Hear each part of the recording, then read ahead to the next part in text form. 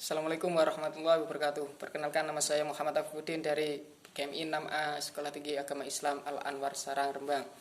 Di sini saya akan membuat video pembelajaran dengan membawakan tema makhluk hidup. Namun fokus materi pada kali ini yaitu tentang bagian-bagian hewan, kucing, dan tumbuhan kencur. Langsung saja. Sebelum kita ke materi, kalian sudah pernah dengar apa itu makhluk hidup? Ya benar, makhluk hidup adalah semua makhluk ciptaan Allah yang bernyawa, yang mempunyai nyawa. Pastinya tidak cuma hidup di dunia ya, tapi di alam manapun yang itu hidup. Nah, kalau di dunia yang kita tahu makhluk hidup yaitu manusia, tumbuhan, terus hewan, dan lain sebagainya, bakteri atau virus itu kan juga makhluk hidup ya, bisa dikatakan demikian. Ada yang mengatakan virus itu makhluk hidup, ada juga yang mengatakan tidak. Nah, langsung saja ke itu materinya, yaitu tentang bagian-bagian tumbuhan kencur dan hewan kucing. Sini saya sudah punya medianya, ini kucing asli ini. Kucing ini ada hewan kencur.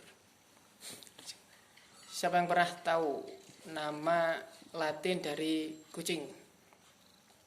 Ya benar, kucing adalah mempunyai nama Latin Felis catus. Kucing bisa hidup sampai 15 tahun. Bahkan ada yang mengatakan sampai hidup 17 tahun. Dan diperkirakan dia sudah berbaur dengan kehidupan manusia sekitar 6.000 tahun yang lalu sebelum Masehi. Dengan ditemukannya kerangka kucing di Pulau Siprus ya. Sejarah juga mencatat bahwa dahulu orang Mesir kuno itu ketika panen padi itu memanfaatkan kucing sebagai hewan penjaga lumbung padi agar padinya tersebut panenannya tidak dimakan oleh tikus atau hewan pengerat lainnya. Bahkan sekarang kucing itu sudah mendunia ya.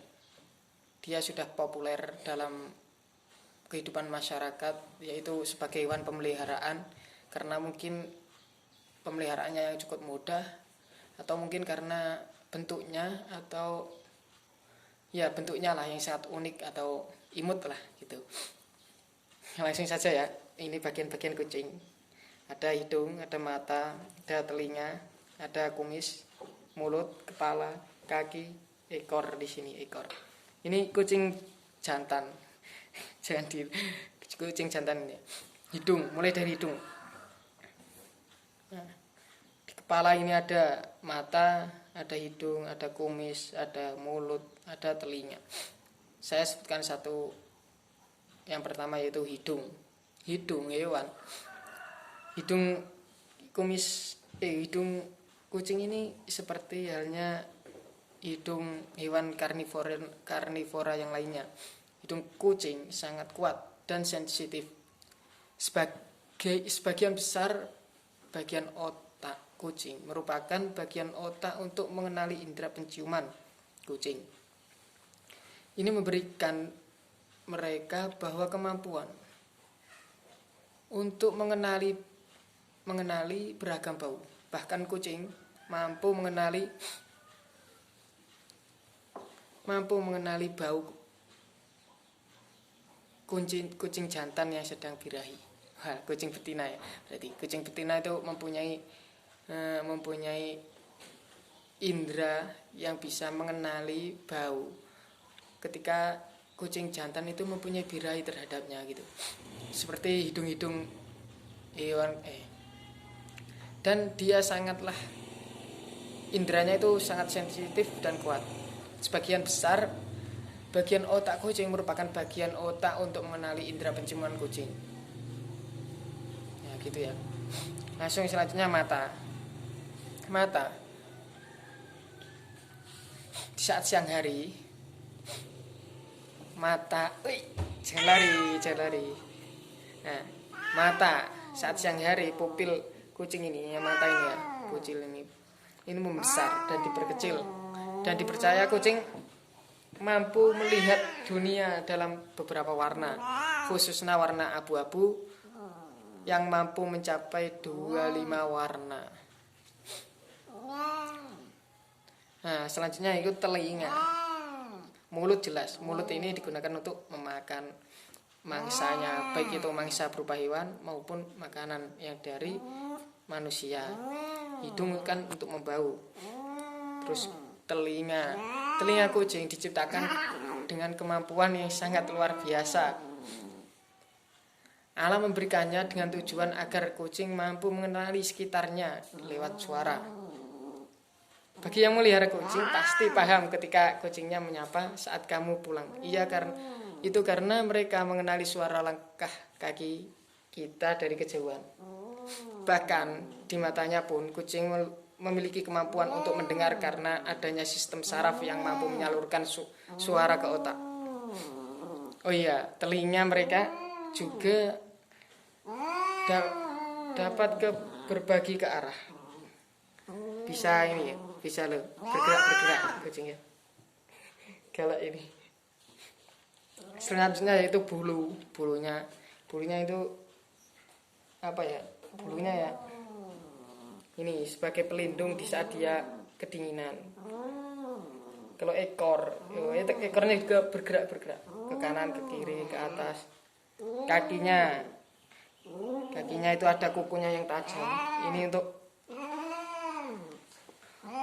berlari, untuk mencakar. Ini juga kumisnya, lalu kumisnya kayak kumis putri malu ya, tumbuhan putri malu itu ya.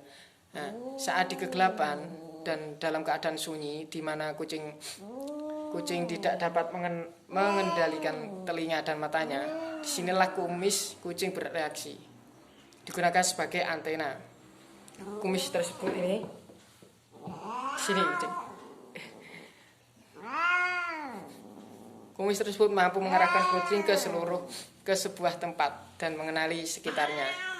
Kumis yang sangat responsif ini terhadap getaran itu memiliki akar yang mendalam, sehingga sistem saraf kucing yang mampu merasakan hal-hal terdekat. Tak hanya di daerah mulut, kumis ini terdapat juga di pipi. Ini ya, di pipi, di dagu, dan bagian bawah kaki depan. Mungkin alasan-alasan gitu. Makanya banyak di perawatan kucing itu kakinya, kukunya itu kan ada dipotong kukunya. Terus ya gitulah kalau kucing ya. Sudah ya, ingat ya. Ekor, kakinya. Selanjutnya masuk ke tanaman kecur ini. Tanaman kecur ini ada daunnya. Sebenarnya dia tidak mempunyai batang kalau tertanam dalam tanah. Ini saya cabut tadi dari tanah itu gini. Daunnya ini di atas nempel di permukaan tanah. Dia tidak mempunyai batang. Tapi kalau dicabut itu ya ada semacam batang, namun ini tangkai daunnya ya. Nah, ini akarnya. Nah, di sini kencurnya itu di sini. Sebagai ubi lah, semacam ubi dia. Sudah ada yang tahu nama Latin dari kencur ini? Belum ada ya? Nah, bener. Nama Latinnya yaitu Caempferia galangal. Atau nama Sanskertanya dalam bahasa Sanskerta yaitu Kachora. Kachora. Yang berarti temu putih. Nah, kencur ini juga dapat tumbuh dengan baik pada musim hujan. Tanaman ini dapat mudah untuk ditanam di pot, polybag atau sejenisnya, juga bisa dibudidayakan. Tanaman ini diduga berasal dari India dan menyebar ke seluruh Nusantara atau seluruh Asia Tenggara, bahkan sampai ke bagian utara dari negara Australia atau benua Australia, sampai juga ke Cina bagian selatan. Kencur pada umumnya dimanfaatkan sebagai rempah penyedap rasa makanan, serta ada yang menjadikannya sebagai jamu untuk kebugaran jasmani, menambah nafsu makan, sebagai jamu mujarab atau khasiat untuk menambah nafsu makan bagi anak-anak. Nah, selanjutnya kita masuk ke bagian-bagian dari morfologi tanaman kencur ya.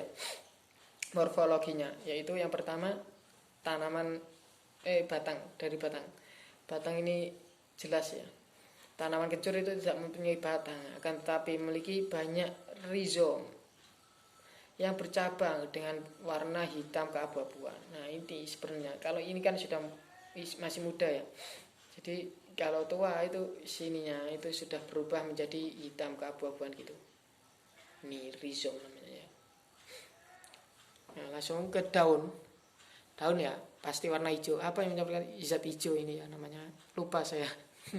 Daun. Nah, daun pada helaian. Daun ini terdapat daging, namun tersembunyi di dalam tanah. Ya ini helaiannya. Atau kalau daunnya tangkai lah, bisa disebut tangkai. Ya ini helaian. Daun tumbuh secara mendatar di atas permukaan tanah. Benar kan tadi? Dia itu mendatar. Jadi semisal ini tanah itu nempel di tanah gini, mendatar. Nah, gitu. Mendatar di tanah daunnya. Di atas permukaan tanah dengan bentuk besar, eliptis atau bulat memanjang. Nah, kalau ini kan masih kecil. Kalau yang tadi di luar itu banyak yang sudah besar dan bulat. Bentuknya itu bulat terus memanjang gitu. Selanjutnya itu buah dan biji. Nah, karena ini sebagai contoh saja ya. Dan itu masih kecil-kecil tumbuhannya. Sebenarnya kalau sudah besar itu ada buah dan bijinya. Buah dan biji. Nah, tanaman kencur memiliki buahnya kan di sini ya. Bijinya ke atas, bunga. Tanaman kencur memiliki rizom yang berada di dalam tanah. Rizom ini ya. Rizom di sini. Nah, pada bagian rimpang tubuh secara berkelompok dan bercabang. Nah, terdapat pada bagian induk tengah. Ini berarti ini rizom. Kulit ari kencur berwarna coklat. Nah, ini kecoklat-coklatan ya. Kan tetapi pada bagian dalamnya berwarna putih. Kalau dibuka itu putih. Yang mempunyai aroma yang khas. Ya, baunya lumayan khas sih, seger lah. Dan pada bagian rimpang berwarna kuning ketika masih muda. Rimpang ya. Mana rimpangnya ya? Ini ya. Sini. Dalam ini kayaknya ya. Masih muda. Dan serta kandungan airnya lebih banyak dibandingkan dengan rimpang yang sudah tua. Mungkin di dalam ini loh, ini kan kayak mengandung air ya, mengandung ya air begitulah. Ini kalau sudah tua itu kayak mengkerat, menjadi kecil gitu loh, kayak ada kerut-kerut lah, semacam manusia. Manusia kan kalau masih muda kan kelihatan masih cerah, masih enak dipandang. Kalau sudah tua itu kan keriput gak enak dipandang. Akar ya langsung. Akar pada tanaman kencur, tumbuhan secara akar kencur ini tumbuh secara bergerombol. Ini ya, ini kecil aja segini akarnya, besar akarnya malah ini ya. Dan memiliki cabang dengan serabut berwarna putih. Ini cabangnya belum ada serabutnya. Akan tak sudah ada nih kecil-kecil ini ya. Nah, serabut berwarna putih. Ya bener ini putih. Terus akar kencur tumbuh berdampingan dengan rizom atau rimpang berwarna coklat keputih-putihan. Nah, kulit inilah yang dimaksud ya. Terus akar tanaman kencur juga memiliki warna coklat yang agak keras. Geokat agak keras dibandingkan dengan rizom atau rimpangnya. Bunganya ini belum ada ya. Jadi bunganya itu di sini kalau ada bunga. Biasanya bunganya itu kencur berwarna putih, harum dan mempunyai 4 helai mahkota. Pada bagian tangkainya terdapat daun kecil dengan panjang sekitar 2 sampai 3 cm. Juga terdapat cabang api atau yang dapat tumbuh lebih dari satu tangkai dengan panjang sekitar 5 sampai 7 cm dan berbentuk bulat beruas. Jadi naik sini paling sekitar 7 sampai 5 cm. Itulah. Nah, mungkin hanya itu ya yang bisa saya sampaikan, yaitu yang pertama tadi mengenai hewan kucing. Hewan kucing yang mempunyai bagian-bagian, yaitu mulai dari anggota tubuh ya ini ya. Anggota tubuh bagian kepala, ada kumis, ada telinga, ada hidung, ada mulut, ada mata, dan bagian tubuh yang lain seperti leher, terus bulu, terus kaki, ada ekor. Nah, dan bagian-bagian yang lain yang tidak bisa saya sebutkan satu persatu. Nah, itu semuanya mempunyai fungsi masing-masing. Itu membuktikan bahwasanya ya Allah itu menciptakan makhluk itu ya pasti ada, menciptakan makhluk atau sesuatu itu pasti ada manfaatnya. Seperti halnya bulu kucing itu manfaatnya ya sebagai sebagai itulah alat untuk melindungi diri dari melindungi diri dari bagi seorang kucing dalam kedinginan ya. Kalau ini bagian-bagian tumbuhan kencur ini ada daun, ada juga bunga kalau sudah tua ya. Ada buahnya di sini, biji, terus ada akarnya, batangnya tidak punya dia. Nah, ini juga manfaatnya banyak bagi manusia kencur ini. Mulai dari dipakai untuk ramuan, dipakai untuk memasak, dan mungkin masih banyak lagi yang belum diketahui oleh manusia. Dan itu membuktikan bahwa keterbatasan dari seorang manusia, bahwasanya ilmu Allah itu luas, dan ilmu Allah itu bisa dipahami kalau Allah sendiri itu berkehendak kepada manusia tersebut agar bisa dipahami.